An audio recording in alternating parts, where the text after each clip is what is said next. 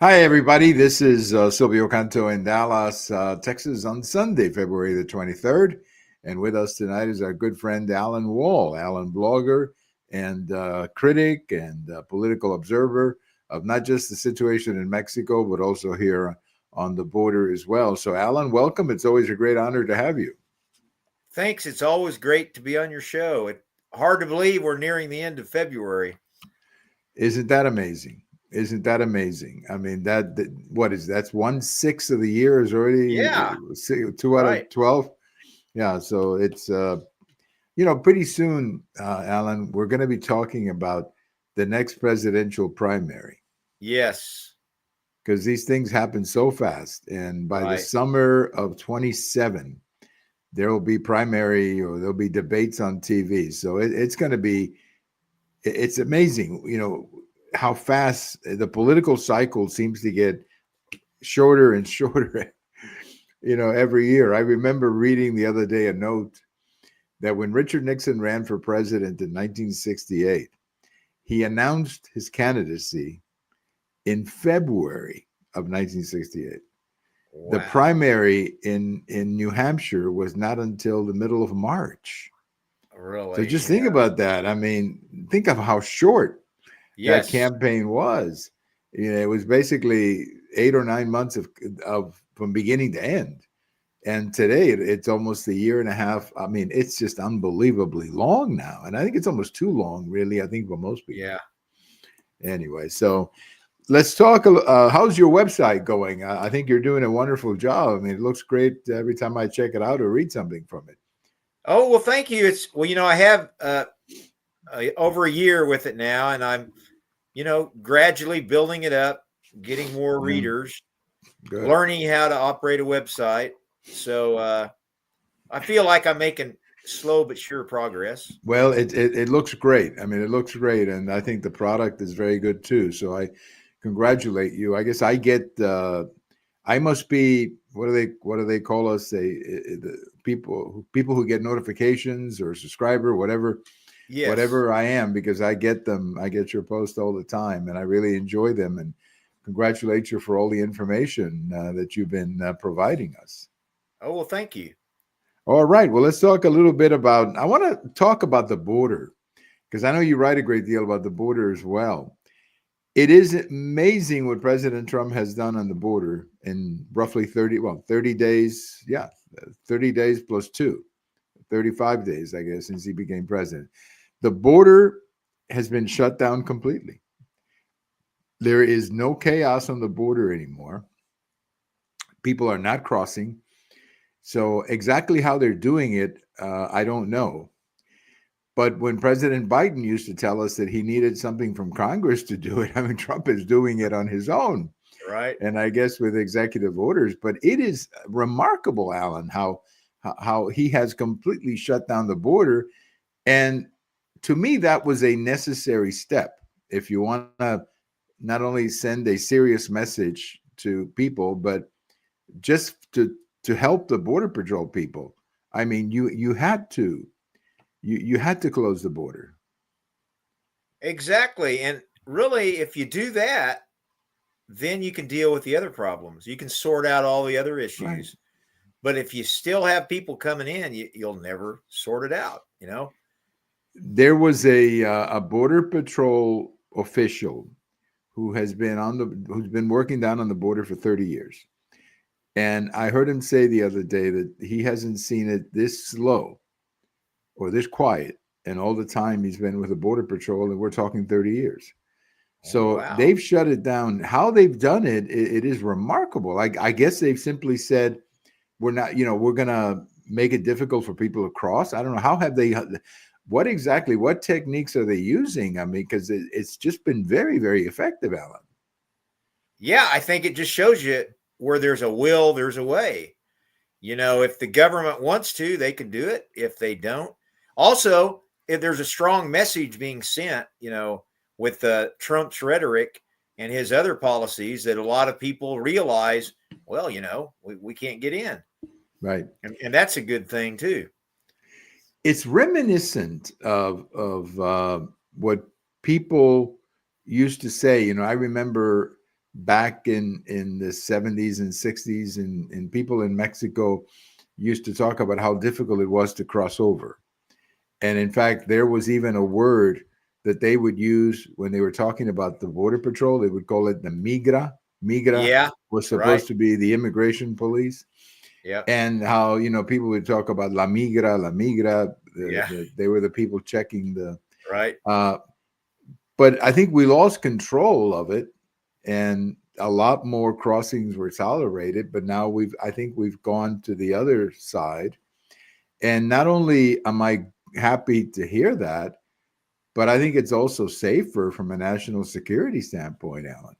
Oh yes, of course. It's a much safer border. So I Yes. just hope they can keep it up, and will keep it up. And also, what impact does this have on these caravans? Because these caravans, the whole point of the caravan was to get up to the border and then cross. But if you're not able to cross now, then what happens to all these people? Are they going to stay in Mexico? Well, some of them are stuck there now, and so probably some will go home. Some have applied for asylum in Mexico, but I think it puts pressure on Mexico. They need to keep people from coming into their southern border. I hope that they will do that. Yeah, because they simply, they became kind of like the avenue to go to the Yes, United States. exactly. And I guess as long as people were going into the United States, and Mexico was simply They didn't care. They didn't care. But now that they're not going in, now that they're actually staying in Mexico, one would think they're, like you say, they're going to send them back or maybe tighten up the border. Mexico has offered 10,000 soldiers, I guess, to control the border. That's part of this arrangement that they made with President Trump to put off the tariffs. Yeah. But I've also heard people complain, maybe you have too, that means that other parts of the country now are more unsafe. Have you heard that? Well, I mean, it makes sense. If you take them from one area, take them to another, well, what happens in the place you took them from? So they need to sort all that out too, because they need them in other areas also. But, one of the concerns I remember, in fact, going back to when we first started doing our shows, that people would say that even though Mexico does have an army, I think, of 200,000 soldiers, but they don't necessarily have an army of, not all those 200,000 soldiers are really capable of, let's say, serving. It was more like a military police type of army, where they would, if there was an earthquake, you would see these soldiers out there directing traffic and keeping order. But that's a little bit different than when they have to go against vicious cartels who can defend themselves with weapons of the first class weapons. And so you do, I've always felt as if Mexico doesn't really have enough soldiers to do all these things they want to do. Well, maybe not. They may have to increase that. The real question is how many are available for deployment on all these missions. Of course, some of them have gotten a lot of experience in recent years with all these, actions against cartels. And I understand they have a pretty good Marine. The Marines are pretty good. Yes. Or they're called Marines, but they're very good. They have a very good Marines, and they're the ones who've apparently been doing most of the fighting against the cartels. And the Mexican Navy has a reputation of being, how would you say it, less corrupt than other branches. Right.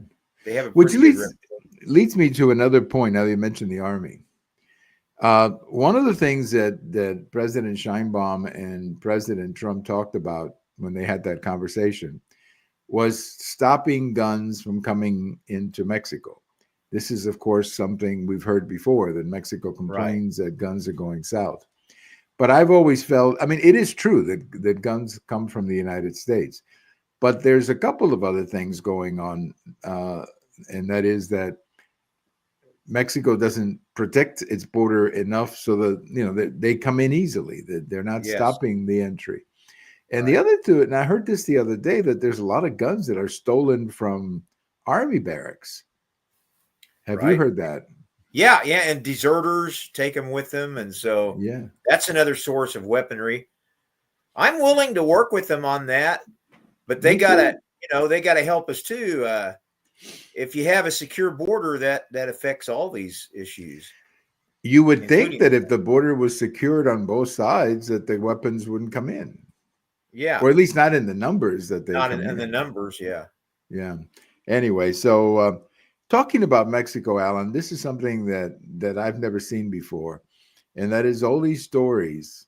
If you listen to these podcasts and even the media, all these stories of people accusing each other of being related with the narcos.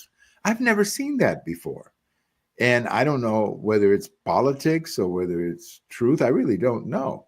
But it just the mere fact that people are accusing the president of working with the narcos, that is something I had never seen before.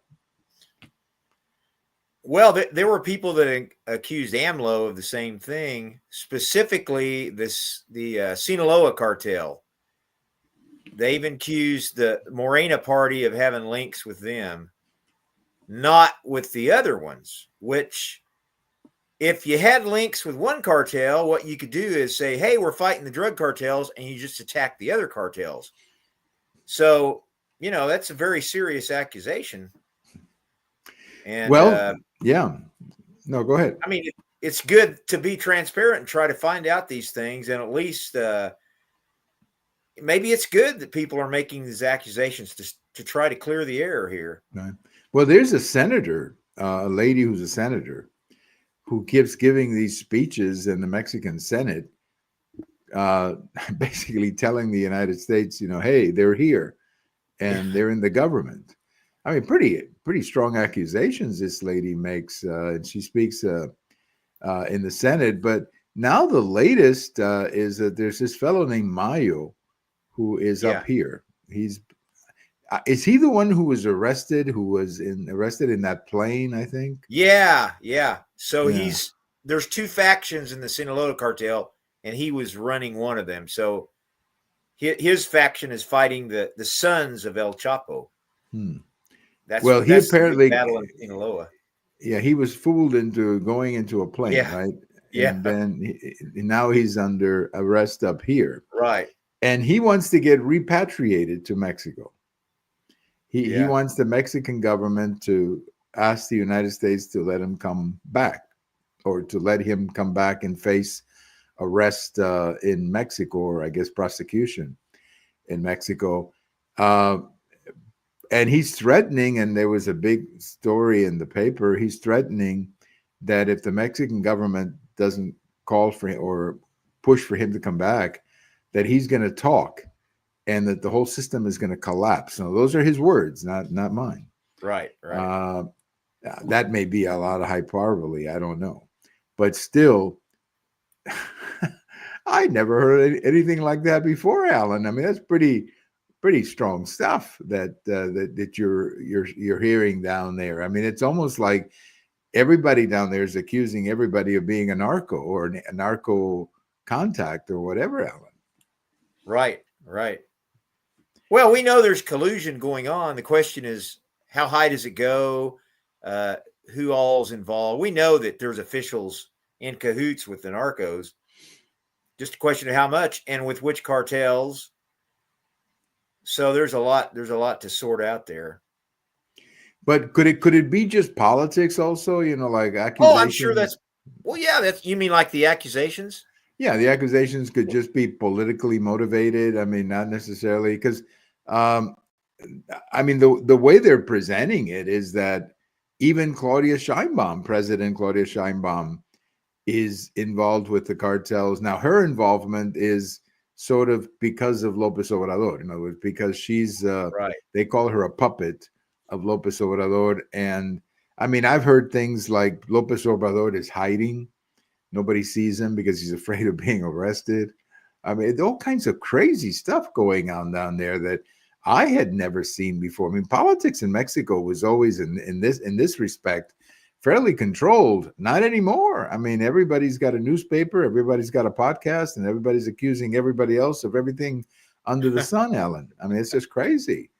I mean, we thought MSNBC was crazy. You should listen to some of these podcasts down in Mexico. I mean, they're accusing everybody of just about everything. Now, you mentioned in one of your articles that there had been thousands of deportations, and you were telling me these people are welcome back, right, for the time being.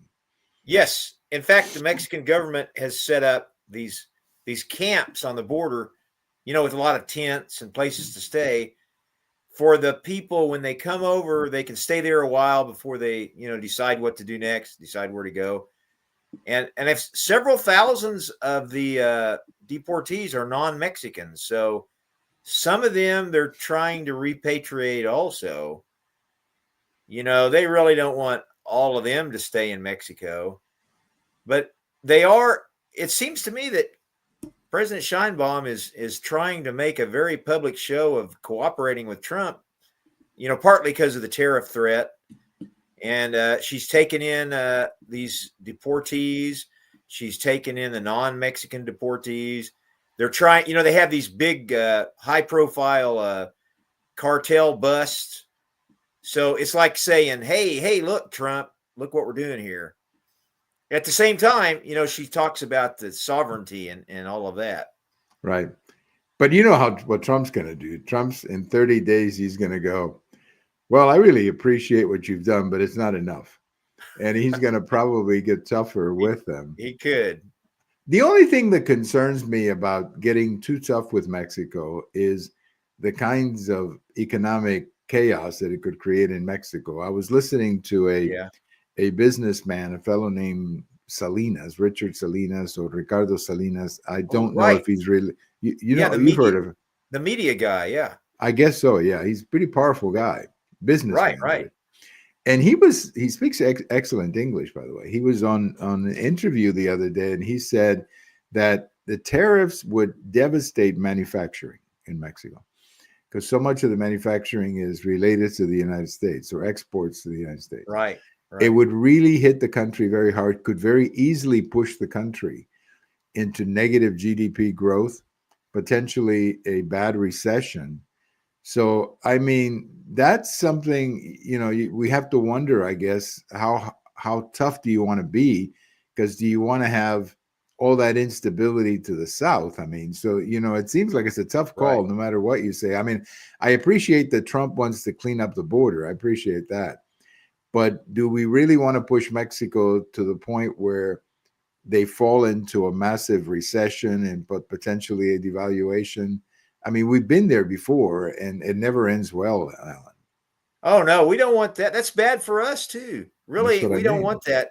I just hope something can be worked out. We don't have major tariffs on Mexico and Canada, because that could cause a lot of problems, especially with all the cross-border manufacturing. Like some components are made in Mexico, and then they bring the same product over and complete it in the United States. A lot of stuff. I just would be careful about, massive tariffs on Mexico. Well, the auto parts industry, I mean, it would have an impact on auto parts. Oh, yeah. It would definitely drive up the price of new cars. That's for sure. Right. It could hurt Trump politically. That's right. And the other thing, too, that I heard the other day, maybe you heard it too, is that Nissan, the president of Nissan or some high-level person with Nissan basically said, if they put those tariffs in place, I'd rather go to Texas and manufacture in Texas or wherever, not Texas, but wherever in the United States. Because he says, it's going to be too costly to manufacture in Mexico. The tariffs would basically take away any economic advantage of manufacturing in Mexico. So I'm just, if we could get better control on the border, if we can at least control the border, I'd be happy with that. Oh, yes. And if we could just get Mexico to do a better job on the border, I'd be happy with that result. Because what it seems to me what we're trying to do is cut back on the people coming and on the fentanyl. And if you close the border, you've accomplished a lot in that respect, Alan. Oh, definitely. And they have already, as we talked about. Yeah. You do wonder, though, if you close the border like that, as we have, what impact would that have on violence in Mexico? Because then the cartels could start going after each other for the whatever territory there is. For the the less territory you have, the bigger the fights are going to be, Alan. So the killing could really be out of control down there. Well, yeah, I mean it's bad already, so we'll just have to see how that works out. Yeah. Let me take one more topic here. Let's get away from Mexico for a second. I like to take you to Ukraine for just a second because of your military background. I don't see any military solution in Ukraine. I mean, they've been fighting this war for a couple of years. Right. Both sides are desperate for a deal, it seems to me. The Russians have lost 100,000 soldiers at least. And 100,000 soldiers, to put that in perspective, that's about the same number of soldiers that we lost in Korea, Vietnam, Afghanistan, and Iraq. Those 4 wars over 6-7 decades. And they've lost that many already in Ukraine. I mean, they brought in 10,000 North Korean soldiers. I don't think it went very well. That was a disaster. So I think both sides want to do a deal. And that, to me, is the only solution, Alan, a diplomatic solution where both sides can walk away and at least say they got something. I don't see any other solution. I agree 100%. Oh, yeah. I mean, it's terrible what's happening. And if Trump could broker some kind of peace deal, he would deserve the Nobel Peace Prize. He sure most would. of these people don't deserve it, the ones that get it. But sure. But you're right. But they need to think of some way where both sides can save face and feel like they're getting something out of it. Of course, ending the war is getting something out of it. It's just terrible. And, both of those countries have low birth rates already, and you're killing your young men, that should be forming families, Sure. And so, it's just terrible. And and the agricultural losses, that's some of the best farmland in the world. And they really have ruined a lot of it. So yeah, I hope they can make some kind of deal that, I know some people, they just want to keep feeding the Ukrainians and encourage them to fight. But really, is that really helping them in the long run? I don't think just so. wish they could make peace. Yeah. Yeah. I mean, we've already invested, what is it, $300 billion there? Yeah. Something. And that's a lot of money. And it seems to me the only way the Ukraine can win this war is if the United States were to get involved militarily. And we could challenge the Russians head on, because we could easily, I think, push them back. But we're not going to do that. There's no appetite. Yeah, in the that's United so States. risky. Yeah. Yeah, well, there's no appetite in the United States for anything like that. And then the Europeans, they love to talk, but they don't have any troops. I mean, they do love to talk about, hey, we're leaving Ukraine behind, but whenever you ask them what are they going to do, they go, well, we don't really have troops. Well, if you don't have troops, stop talking. Because so I don't know. It just seems to me like I really hope there's a diplomatic solution. I don't see any other way out of this, Alan, for both sides and for the world, really, for the world, because it has an impact, like you say, on agriculture. It has an impact on the price of oil. I mean, if that war were to end, the price of oil would probably drop a lot, I think. I think what they could, some of those eastern regions, the people speak Russian, and the borders were not managed correctly at the time of the breakup of the Soviet Union. What I would suggest is some of those regions, they ought to have like a vote, a just referendum, have a straight up and down vote. Do you want to be part of Ukraine or you want to be part of Russia? Yeah, but you'd have to have a believable system in place where people would believe the results. Right. And I assume there would have to be UN peacekeeping troops or something to enforce whatever happens. But I want to see that war end. Look, I think Putin was the one who invaded, so I hold him responsible for that. Right. And I give the Ukrainians tremendous credit for fighting the way they have. They've put up a heck of a fight. But I wonder if any Ukrainian today feels a little like they shouldn't have given up their nuclear weapons back in '94. I was thinking about that. Yeah, I was thinking about that. Yes. somebody convinced them to give up their nuclear weapons, and I don't want to blame Clinton, but I think it was him back in '94 Yeah. to give up their nuclear weapons as a token of peace. Yeah. And then look what And happened.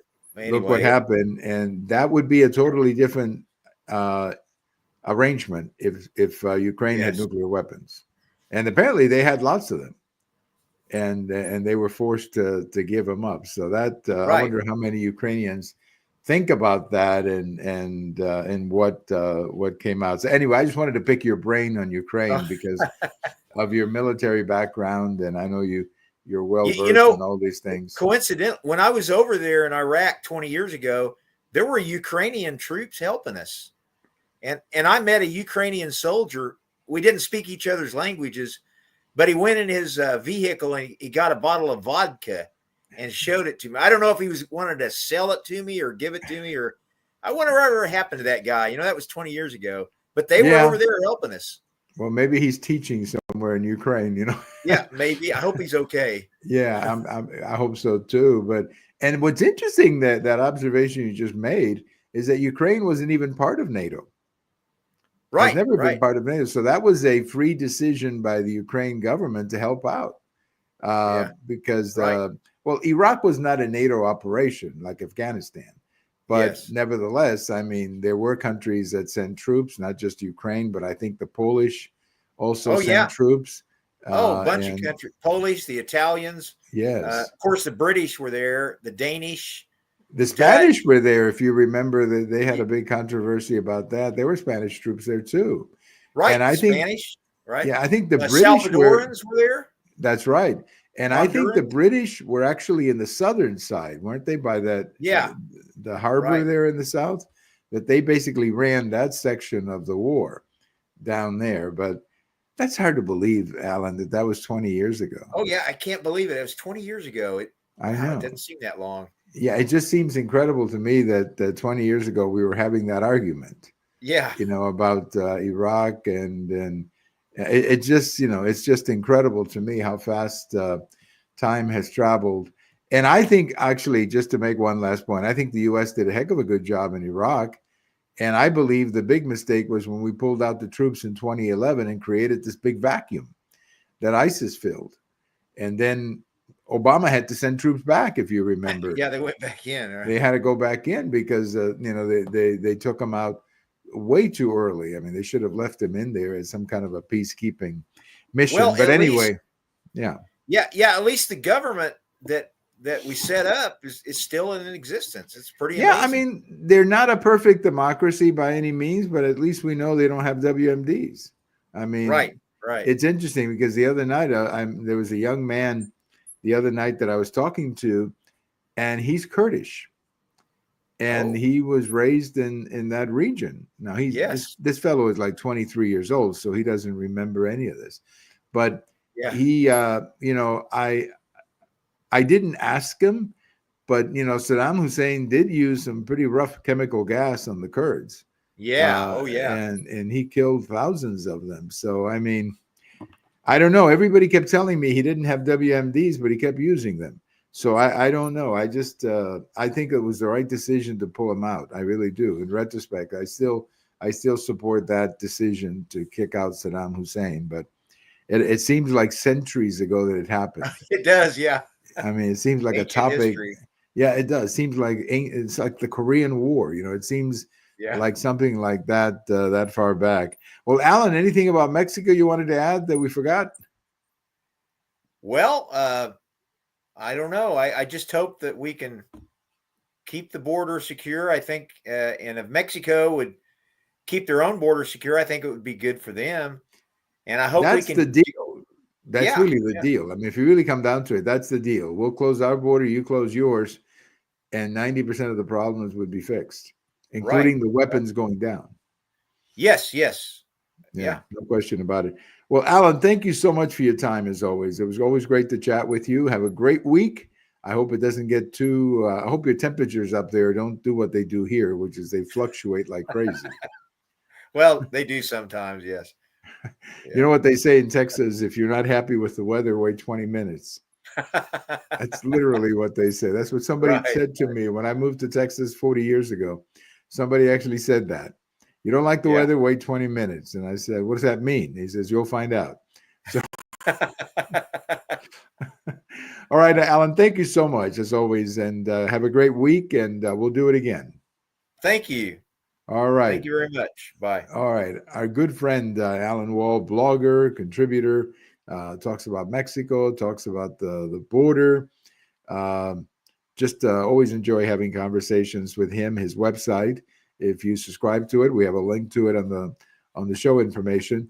Subscribe to it and get your briefings of what's happening in Mexico. Lately, he's been writing a lot about the Mexican cabinet and the Mexican government, and I think always find that very interesting to read. Thank you for listening. This is Silvio Canto in Dallas, and we'll talk to you later. Bye-bye, everybody.